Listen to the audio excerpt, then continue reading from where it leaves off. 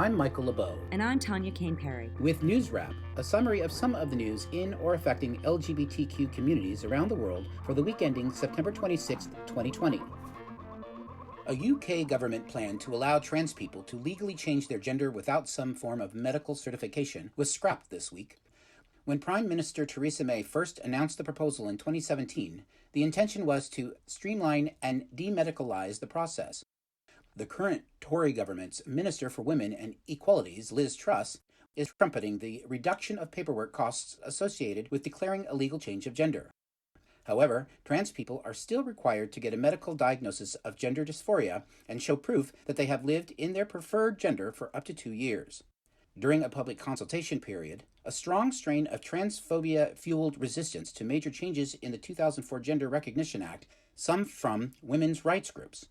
Harry Potter author J.K. Rowling was one notable opponent.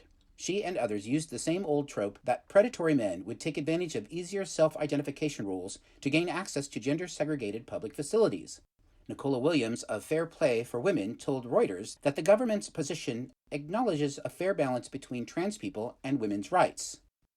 2 in 3 recent survey respondents in the UK agreed that no medical intervention should be required. The British Medical Association supported the SelfID reforms. CEO Nancy Kelly of the leading British advocacy group Stonewall called it a shocking failure in leadership. Kelly said the UK government has missed a key opportunity to progress LGBT equality. The Trump administration is using students of color as pawns in its continuing war on transgender people. His notoriously unschooled Education Secretary Betsy DeVos is demanding that school districts in Connecticut cut their ties with the organization that oversees the state's high school sports programs. The Interscholastic Athletic Conference allows transgender girls to compete as girls in high school sports. DeVos is threatening to withhold millions of dollars in federal desegregation funding unless the districts leave the conference. The U.S. Education Department's Office for Civil Rights claims that the conference's decade-old policy violates the rights of cisgender girls under federal laws guaranteeing equal opportunities in education. The department has given school districts in New Haven, Hartford, and Groton until October 1st to withdraw from the conference. New Haven Mayor Justin Elicker calls it extortion, saying that the federal government is trying to force us to take a side against transgender individuals. But Education Department spokesperson Angela Morabito insisted that it's not extortion to require school districts to follow federal law. The 3 school districts are thus far resisting DeVos's demands. Connecticut Governor Ted Lamont was quite clear, telling federal authorities in his words to butt out. We are going to stand up and fight against discrimination. State Attorney General William Tong says he's working with school districts to help them keep their federal funding. He said, transgender girls are girls, and the Office of the Attorney General will continue to protect every woman and girl in this state against discrimination. The controversy has national implications. At least 15 other states allow trans girl athletes to compete in high school sports as girls. The funds DeVos is sitting on are supposed to support educational opportunities for Black and Latinx students. Donald Trump's lesbian niece, Mary Trump, filed a lawsuit on September 24th accusing the president and other relatives of defrauding her out of millions of dollars. Contrary to her uncle's frequent claims, the family real estate empire was built by his father, Fred, who lavished millions of dollars on Donald. Mary claims that she was deceived into signing agreements that fleeced her of tens of millions of dollars or more. The lawsuit in New York State Court charges that fraud was not just the family business, it was a way of life. Mary's suit names the president, his recently deceased brother, and the sister who abruptly retired as a federal judge a few months ago. They are all accused of engaging in a complex scheme to siphon funds away from her interests, conceal their grift, and deceive her about the true value of what she had inherited. Mary Trump is a clinical psychologist whose explosive bestseller, Too Much and Never Enough, How My Family Created the World's Most Dangerous Man, describes numerous Trump financial flimflams. Thus far, there's no response to Mary's latest shot across the bow from anyone else named Trump.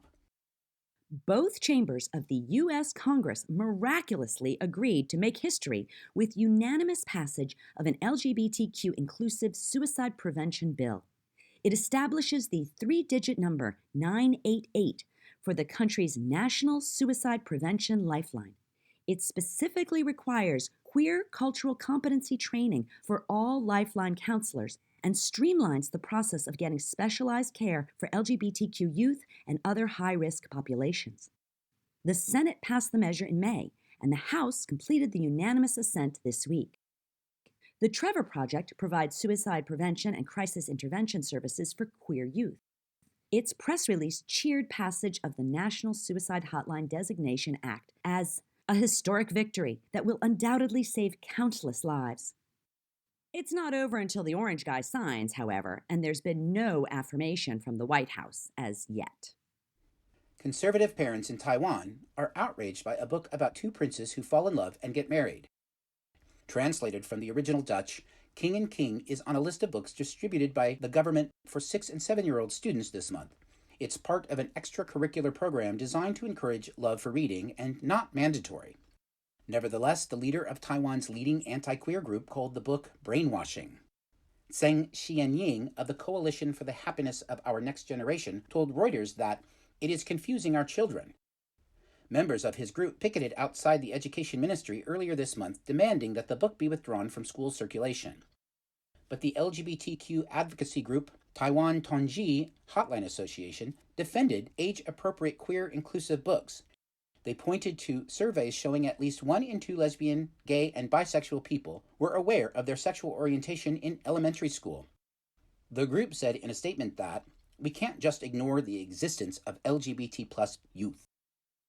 Taiwan's Education Ministry affirmed via social media that King and King helps children to recognize and respect differences. Meanwhile, kids aged 3 to 7 will be able to join superstar Lil Nas X and Panini the Pony on a joyous journey through the alphabet from sunup to sundown with a children's book by the Grammy-winning out-performer. A promotional blurb says that C is for Country will feature the Old Town Road singer's signature genre-blending style. It will be published by Random House on January 5th, 2021. Social media was alive with reaction to the announcement. One Lil Nas X Twitter fan wrote, "I don't have any kids or intend to for like 20 years, so I will be reading this to my dogs." Finally, preparations are underway for the one and only U.S. vice presidential debate. Republican incumbent Mike Pence and Democratic challenger California Senator Kamala Harris will face off on October 7th in Salt Lake City, Utah. Just who might play the role of the current Veep as Harris preps for that debate?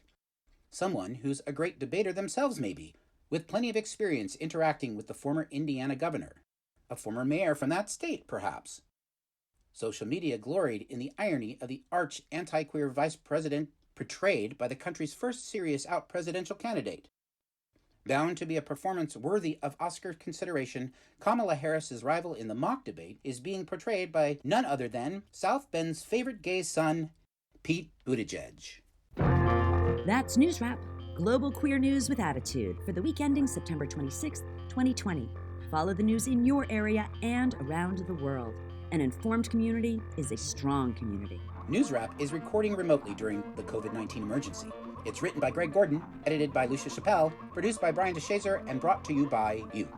Help keep us in ears around the world at thiswayout.org, where you can also read the text of this newscast and much more. And you can listen to Newswrap each week by subscribing to our This Way Out radio channel on YouTube. For This Way Out, I'm Michael LeBeau. Stay healthy. And I'm Tanya Kane Perry. Stay safe.